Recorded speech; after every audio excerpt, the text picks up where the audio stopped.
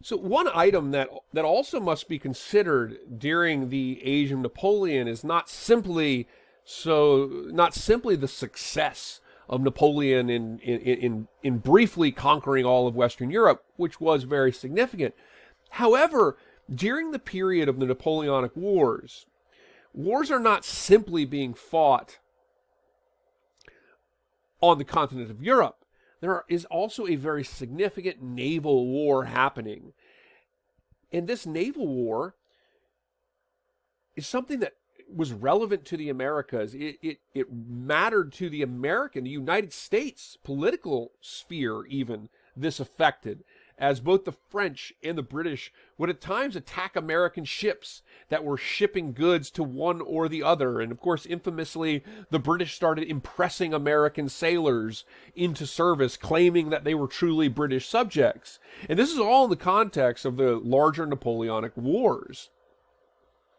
That, of course, in the United States eventually leads to the War of 1812, fought between the British and the United States, as well as their Native American allies. But there is a really critical event and a loss for Napoleon relatively early on in the Napoleonic era. And this was the famous British victory at the Battle of Trafalgar. And I will show you where this is at on a map in just a moment.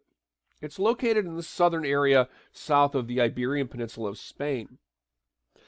And this was, in a way, like the Napoleonic Wars sort of extended aspects of the ideals of the revolution to areas of the continent. The victory of Lord Horatio Nelson and his flagship, the HMS Victory, at the Battle of Trafalgar had sweeping ramifications for the Atlantic world. Lord Horatio's HMS Victory was one of these great ships of the line that you see here. And actually, if you go to Portsmouth, and I've been to Portsmouth in the United Kingdom, it's a port, the old naval port on the English Channel in the south of England. You, to this day, can visit the HMS Victory and walk on the decks of this incredibly impressive warship, really the height of the wooden sailing ships. And these ships are 4 decks high, not including the top deck. So below the top deck, you have 3 decks, and then the 4th deck is the top deck. And they took many, many, many acres of forest to build one of these ships. And each line of the ships, on the ship's ports and starboards, have these cannons on each deck, as you can see right here. The way these ships fought, they were called ships of the line because when they fought, they would line up in close quarters. Like the depiction you see here of these ships fighting in relatively close quarters is actually this is an artistic depiction, but a relatively accurate depiction. They would have fought very close because the cannons they're using, of course, are not accurate at long distances. And so the cannons would be, if you can see the little spaces here, in these little spaces here, and they would literally line up and they would blast at the starboard or the ports, the sides of the ship. And more or less, whichever fleet had more ships sailing at the end was largely the winner. Well, during the Napoleonic Wars, the British, of course, were coming to really realize their dominance of the high seas. And at the Battle of Trafalgar, the combined French fleet, which was a French fleet and a Spanish fleet, because of course Spain was now controlled by the Napoleonic Empire of France. The combined fleet met with the fleet of the British Navy and of Lord Nelson and its flagship, the HMS Victory. They still have, by the way, the original mainsail of the HMS Victory. I've visited the ship and I've spoken with the curator there, and it's pretty fascinating to learn about this ship and be able to walk on its decks. This fleet of Lord Horatio Nelson was actually slightly smaller than the fleet of the greater combined French fleet, the Spanish and the French ships. But Lord Nelson, in similar fashion to the way that Napoleon had sort of revolutionized fighting on the land on the continent, the British had actually, under Lord Nelson, come to revolutionize naval warfare in the high seas. And what Nelson did effectively was to violate the basic protocol of a ship of the line. And as I mentioned, the ship of the line would line up in, if you will, parallel lines and blast away at the sides of each other. Lord Nelson understood, however, that he had a smaller fleet, first of all, and likewise on the stern, for example, of the ship, on the front and the rear of the ship, there's very limited firepower. And so, on the stern and the bow of the ship, you don't have a bunch of cannons. And so, Nelson took his fleet and sailed his fleet, if you will, perpendicularly through the lines of the Napoleonic Empire's fleets. And in so doing this, maximized their firepower and minimized the firepower of the opponent. To make the long story short, Nelson and his HMS Victory and his fleet at Trafalgar in 1805 win a stunning victory. Nelson himself is killed in the battle.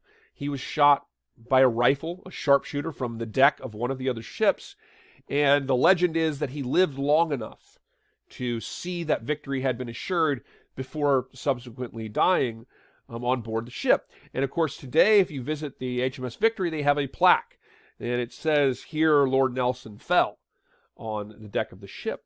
This is really significant, though, because this established British really dominance on the high seas that shapes the future of the next century and even into the 20th century. Napoleon, of course, will, if you will, refocus and continue to dominate the continent of Europe. But now the British control of the high seas meant that there was going to be a new reality when it comes to who would be relevant in the Americas, if you will. So it's really the British dominance of the high seas that will ensure that after the age of Napoleon, that European monarchical powers are not able to come and sort of recolonize the Americas. The United States established its so-called Monroe Doctrine that was meant to say European monarchies stay out of the Americas, but it was really the British dominance in the high seas that made that possible. And so this too shapes the next century as the British become the dominant global sea power and really become the driving force of the global world system following the Battle of Trafalgar in 1805. Here we see a map of the Napoleonic conquests. You see everything in blue or in red are either directly controlled by Napoleon and the French Empire, or they are allies.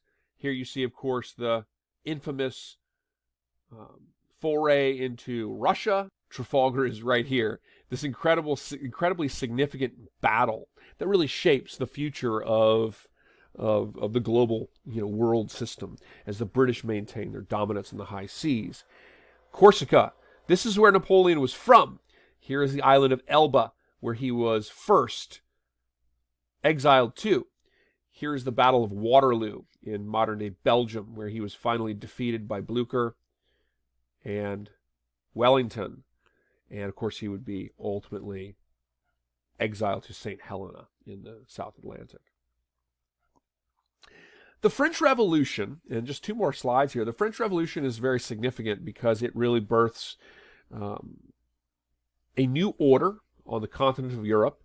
And it also creates the sort of ideologies of conservatism and liberalism, even if they are today rather different than how they might have been in the 1800s. An ideology might be defined as a coherent vision of human nature, human society, and the larger world that proposes some particular form of political and social organization as ideal. So we're looking at what these basically are the interpretations of thinkers that posits a particular reality as the ideal reality that the world should be organized under. Conservatism was largely owed to the thinking of a British scholar, Edmund Burke, and it's largely in opposition to the radicalism it saw of the French Revolution. During the 1800s, a conservative was basically a monarchist, for lack of a better way of saying it. A conservative was basically opposed to Republican self-government. They were opposed to economic free market capitalism. They were certainly opposed to elements of social uplift. They were in favor of sort of slow, what Burke would have called natural change. He condemned radical change and instead sought stability and status quo power. It is a conservative continental order that dominates the 1800s on the European continent. And that conservative order, which we'll talk about on the next slide, was overseen largely by the leadership of the Austrian Empire and its chancellor, Prince Clemens von Metternich, who oversaw a conservative order in Europe.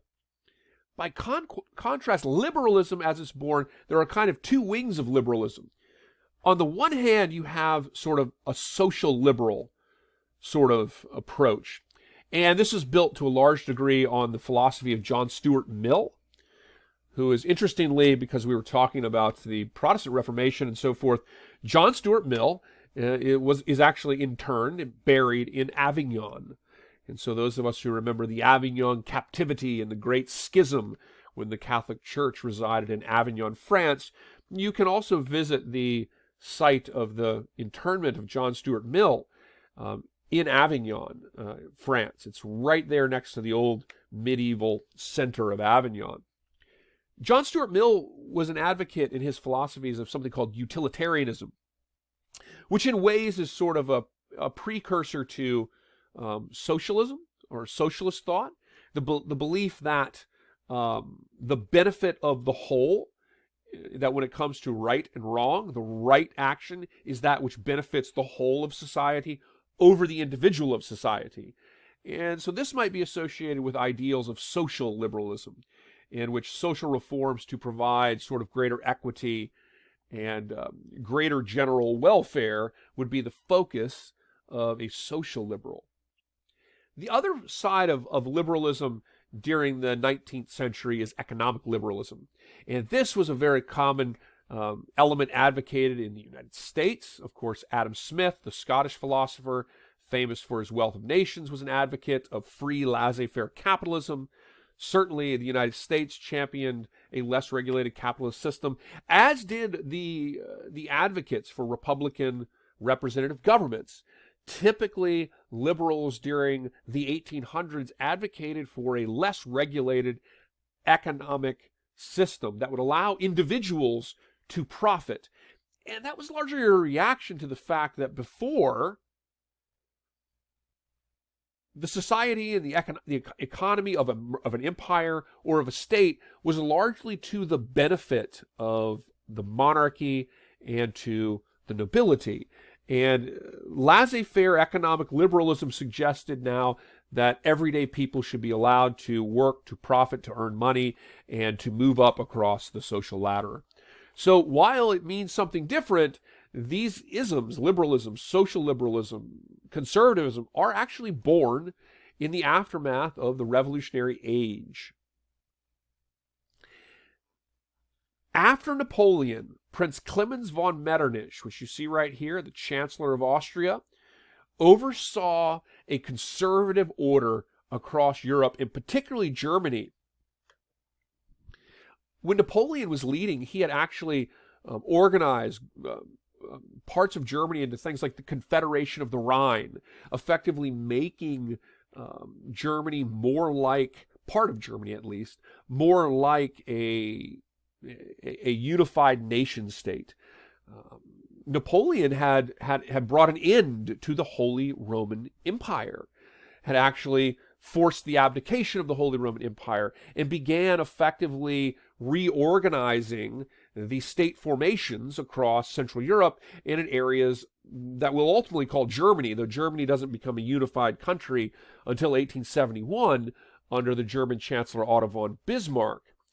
But after Napoleon's defeated, those types of changes were seen as a huge threat to the political status quo in Europe.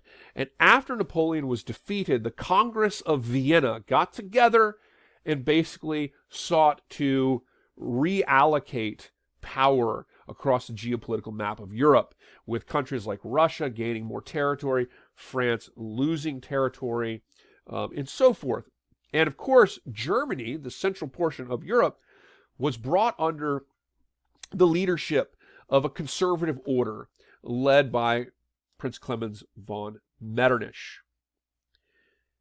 Within Germany, the Revolutionary Age, as it was carried through by Napoleon, had brought the ideas of self-government, of economic liberalism, of free market individual capitalism. It had brought those ideas to places in Germany, and universities and professors, the gymnasium schools, these types of things began teaching these ideas. And within that conservative order, students and professors were policed. Radical professors were often arrested as the conservative order sought to put down any attempts at bringing back a revolutionary age and reforming a representative government in Germany at this time.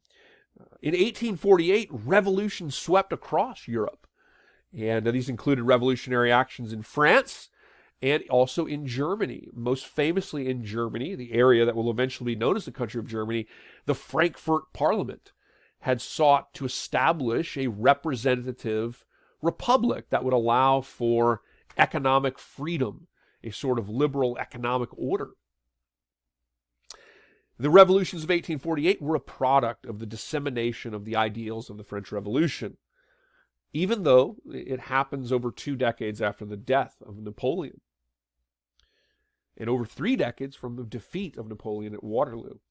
These revolutions failed and they were put down, though eventually you increasingly through the movement of Prussia, the powerful, military state of Prussia, began expanding its influence and moving under Otto von Bismarck eventually to a unification of Germany, which occurs through a series of wars with the Danish, the Austrian, and the French in the 1860s and 1870s.